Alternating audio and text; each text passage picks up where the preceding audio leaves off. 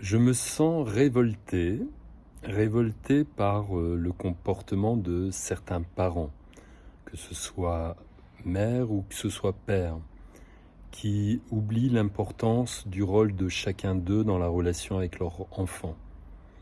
De constater que lorsque une séparation a lieu, qu'un parent pourrait exercer de son pouvoir pour sensibiliser son enfant sur l'incompétence de son père, ou être amené à le juger, à tort ou à raison, hein, peu importe. Ou pire, qu'une mère ou un père puisse être dans cette capacité à couper tous les ponts relationnels avec le parent, sur des raisons qui lui semblent ou pas valables. Pour moi, ce qu'ils ne se rendent pas compte, c'est le côté dramatique de la situation. Dramatique du fait qu'un père, tout comme une mère, incarne bien sûr le rôle de parent, mais incarne également l'énergie qu'il a en lui. L'homme, par exemple, est une énergie pénétrante. Pour moi, l'homme est une énergie qui permet à l'enfant de trouver les moyens de s'exclure d'une difficulté, de quitter les peurs, par exemple, qu'il pourrait être engendré sur l'envie de quitter un travail, vous voyez, de tout lâcher et de passer à autre chose. La mère, c'est plutôt l'intuitive, c'est le côté sensible, c'est la beauté par elle-même, vous voyez, c'est le goût du détail.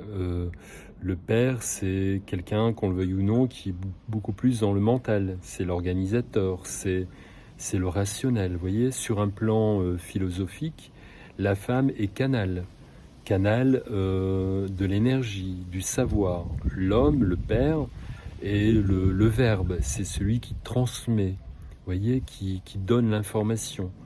Donc chacun des parents a un rôle spécifique. Je me souviens d'un enfant, enfin d'un adulte, vous voyez le lapsus, d'un adulte qui me disait: mon père n'a jamais été là présent, ma mère faisait office de père et de mère. Et je dis que c'est dommage de pouvoir imaginer dans la tête d'un enfant que sa mère puisse se substituer au rôle de leur papa, ou inversement, que le père puisse prendre place de la maman et prendre les deux rôles. C'est impossible. Donc lorsqu'un enfant est en manque ou par absence ou par le manque d'un des parents, il faut bien comprendre qu'il est en manque également de l'énergie qui le constituait.